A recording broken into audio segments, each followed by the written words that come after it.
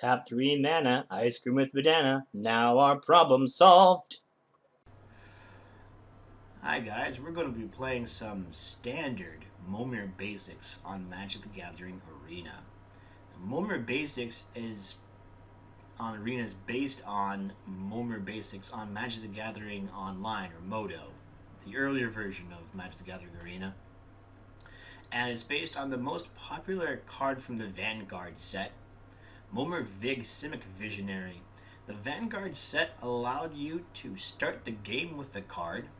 It altered your life total, it altered your hand size, and it changed the game dynamics from turn 0. It gave you something to do, it would always be in play, there's no way to target it, there's no way to destroy it, and it gave players a different way of playing Magic the Gathering. It's supposed to mix things up a bit. The Vanguard set never caught on, except in one major tournament where they tested Vanguard cards. But what's fun about the Vanguard set is that it's free to play. Basically, you need a deck with 60 lands to play Momir Vig Simic Visionary, so your budget is near zero. You do need a Momir Vig in Magic the Gathering Online. They give it to you on Magic the Gathering Arena for free, just for this one tournament. It's a very limited tournament, just for about a week. We're going to be playing Momir Basics. The deck requirements for playing Momir Vig Simic Visionary is you need a deck with 60 basic lands. Magic the Gathering Arena will let you play 12 basic lands of each type, so 12 times 5 is 60. So the deck is made for you. Magic the Gathering Online, it's a little bit more complicated. There are cards you can play. You can play wastes. You can play different amounts of each basic land. You can't play non-basic lands. You can't play snow-covered lands. You can't play anything but basic lands. So the thinking is really reduced. There's a lot of dynamism in this format. You'd have to know basically every single card in Magic the Gathering in order to know what kind of cards you're going to get. So the learning curve is very steep, but there's also a lot of luck. You could just get one of the best creatures in the game from Momir Vig's ability and sweep a more experienced opponent. So it levels the win rates a lot. I know a lot of people in Magic the Gathering say that it's pay to win. People play with thousands of dollars of decks. This is the other end of the extreme, where you're just playing a deck that's worth less than $1. And you can play a game of Magic the Gathering, and the computer can just choose whatever card you can for you. Fortunately, there's no good way of doing this in paper. You probably could, but it would be really hard. You'd have to make a lot of cubes. But as far as an online format, this is a really easy way of starting into Magic the Gathering for people who don't know the cards. If you've taken a short retirement from Magic the Gathering for a couple of years, maybe you want to know what some of the cards are gradually. You could play a Momir Vig, and you can see a card, that's a recent card you just haven't played with. You could also play with some cards that will just never see play. Maybe the card's terrible, maybe the card's just mediocre and just not doesn't get any play. Well, if that's one of your pet cards, you can just play the card again. So Momir Vig is a pretty good format. So let's try to break it down for you. Alright, breaking down standard Momir Basics. Standard right now is a smidge under 2,000 cards. 1,013 of them are creatures. If you want to break it down a little bit more, we can try to search for creatures with activated abilities just by searching for colon in the rules text. So of those, 264 of those creatures have some sort of activated ability. And we see a black, white mana symbol, see some energy symbols, blue, green, red. So all 5 colors are relevant. Bomat Curious seems pretty nice. So it seems to make sense to play all 5 colors into play. Breaking down the converted mana costs, there's no 15s, there's no 14s, there's no 13s. The highest mana cost in Standard right now is Ghalta Primal Hunger. That's 12 mana, 12/12. Doesn't seem like a good height to reach. 12 mana is a lot of mana, but I guess if you have, you can guarantee play Ghalta if you tap all 12 of your lands. If you tap all 11 of your lands, you can play Metalwork Colossus and guaranteed. So here's the problem of Standard. In Momir Basics, the game just keeps getting more complex year after year on Magic Online, but on Magic Arena, we're only using standard cards. Hopefully that'll change. For 10s, we have Omniscience and Apex of Power. Those aren't creatures. So if you tap all 10 of your lands on Momir Basics, you get nothing. So tapping 10 lands is a mistake. Make a note of that. For 9s, there are one Zakama Primal Calamity card, and this is a whopper. For 1 red and 2 colorless, Zakama can deal 3 damage to target creature. Which means for 3 red and 6 colorless, Zakama can deal 9 damage to your opponent's Zakama.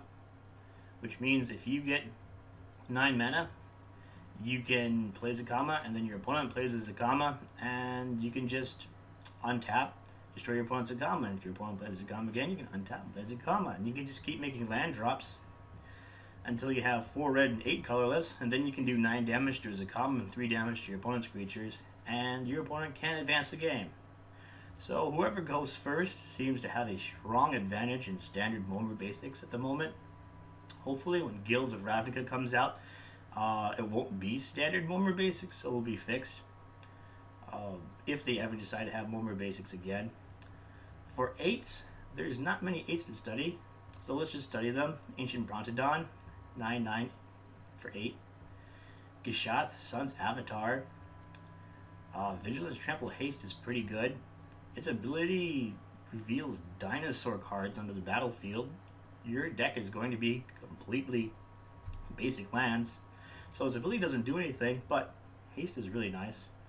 Polyraptor, 5/5, enrage. When it's dealt damage, create a token that's a copy of Polyraptor. Pretty good. Razaketh, pay 2 life, sacrifice a creature, search your library for a card, and put that card in your hand. So search your library for a basic land and put it in your hand. It's not bad if you just have like a 2 or 3 mana creature just lying around. Here's Verdant Force. At the beginning of your upkeep, create a 1/1 green supplement token. So I'm sure if you have Verdant Force and Razaketh, they can do some sort of combo where you can just draw a card over and over again. Slyn Voda, the Rising Deep, his kicker. You'll never be able to play kicker because you're never casting these spells. They're being put into play. One of it enters the battlefield if it was kicked, return, and yeah, it doesn't matter. Awakening Sun's Avatar, when it enters the battlefield, that never happens either. It's just a 7/7 creature. It's pretty bad for 8 mana.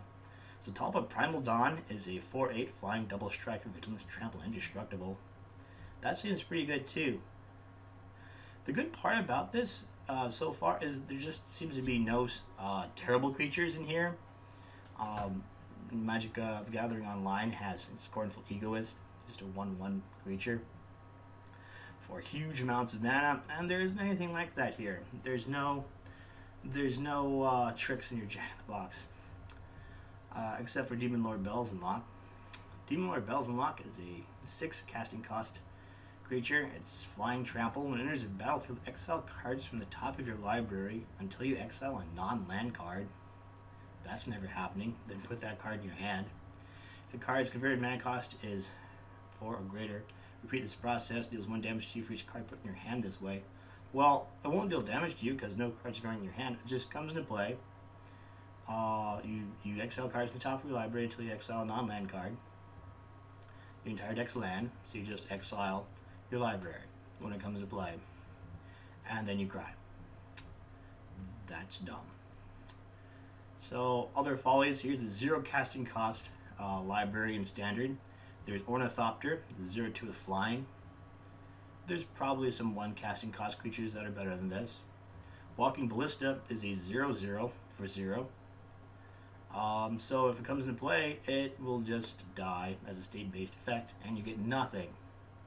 So 0s seem to be a mistake. 10s is an obvious mistake, and 6s, we did the math. There's about a 1.5% chance of getting Demon Lord Bells Unlock. It seems pretty bad, but if you look at some of the others, 6 mana cost creatures, they're pretty good. You can get Multani. Moltani's pretty good. Let's focus on this. Standard. 6 creature.